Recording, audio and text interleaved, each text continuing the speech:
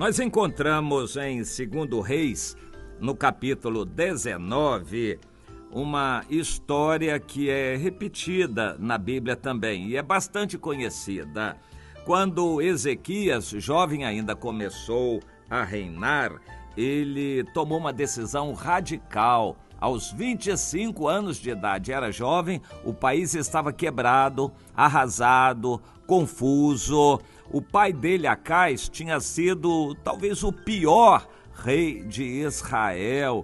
Era péssimo, ele destruiu praticamente o país.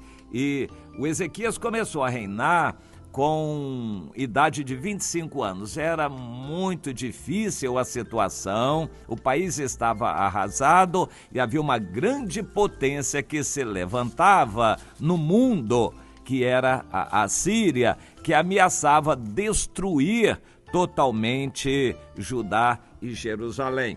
O Ezequias não temeu, continuou seu trabalho. Só um milagre pode salvar este país e eu vou buscar este milagre. Nós vamos confiar em Deus, vamos fazer tudo segundo a vontade dele e vamos caminhar na direção dele. Tomou essa decisão, os que estavam à sua volta caminharam com ele.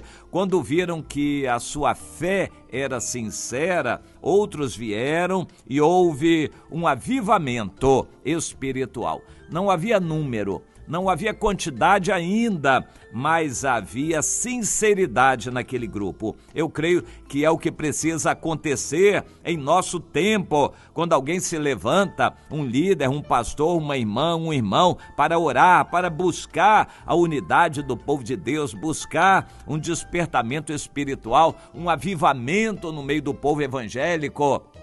Nós precisamos. O ambiente é mau, está pervertido nas igrejas, corrompido. Deus precisa que se levantem pessoas sinceras para buscar a Deus e acreditarem na verdade que é possível um avivamento espiritual, um despertamento no meio do povo de Deus, que não seja de aparência, que não seja de mídia, que não seja para política, para promover nomes, que seja para Deus. Algo que seja verdadeiramente, genuinamente para Deus. Há necessidade de pessoas que decidam isto e no seu coração comecem a orar. Deus vai fazer com que haja união, acrescentará outras pessoas. Eu tenho tido essa sede no meu coração e Deus tem sido fiel. Ele tem me dado pessoas através do rádio, no relacionamento pessoal, familiar, na igreja, na comunidade que eu pastoreio. Deus tem me acrescentado pessoas assim, com esta mesma sede espiritual, com essa sinceridade, desejo da verdade, sede por um avivamento. E nós vamos continuar. O nosso caminho é este e não há outro. É a presença de Deus, nada de grandes festas, realizações, eventos, mídia, propaganda, publicidade, grandeza, dinheiro. Nós vamos à oração, é buscar o Senhor com sinceridade. Este é o caminho. O Ezequias entrou por este caminho e logo a sua fé foi provada. E não vai ser diferente. A nossa fé vai ser provada também, sempre que escolhermos o Senhor. Guarde isso no coração, minha irmã. Sempre que você tomar essa decisão, por ser verdadeira, sincera, escolher o caminho do Senhor, a sua fé vai ser provada. É quando vai aparecer um ex-namorado, é quando vai ter um assédio de um parente, de um patrão, um chefe no trabalho, tentação na igreja, glória que vem para você, fama, honra, vai aparecer tudo isso diante de você para tentar você a se ocupar com outras coisas deste mundo e se desviar do propósito de orar, de buscar o Senhor de todo o seu coração. Foi o que aconteceu então com o Ezequias. Ele foi provado porque Deus, dirigindo os acontecimentos, e mais tarde a gente vai ler isto, fez com que o rei da Assíria cobiçasse Jerusalém. Ele já dominava grande parte do mundo, mas ele queria mais. A ganância é insaciável. A sede pelo poder dos grandes é insaciável. Quando a pessoa se torna presidente da República, ele quer mais, quer dominar cargos, ele quer tirar vantagens para si, ele quer levar dinheiro para ele quer construir um grande império, ele quer se perpetuar no poder. Ele não se satisfaz em servir a nação como presidente, ele quer mais.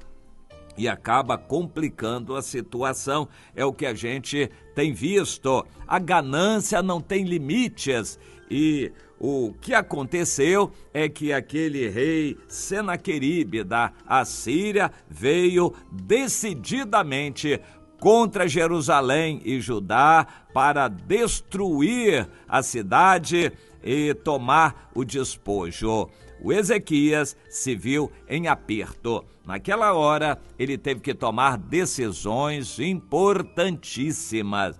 Naquela hora, o Ezequias continuou a confiar no Senhor. E agora?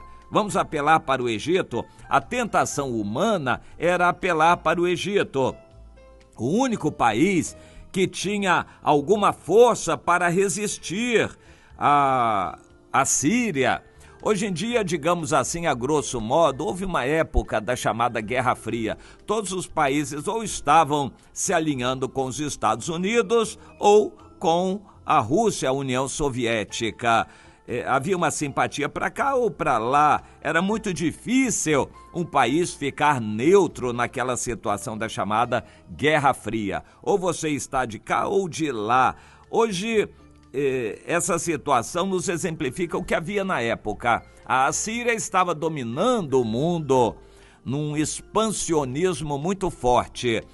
O único país que ainda era grande, que poderia resistir, era o Egito.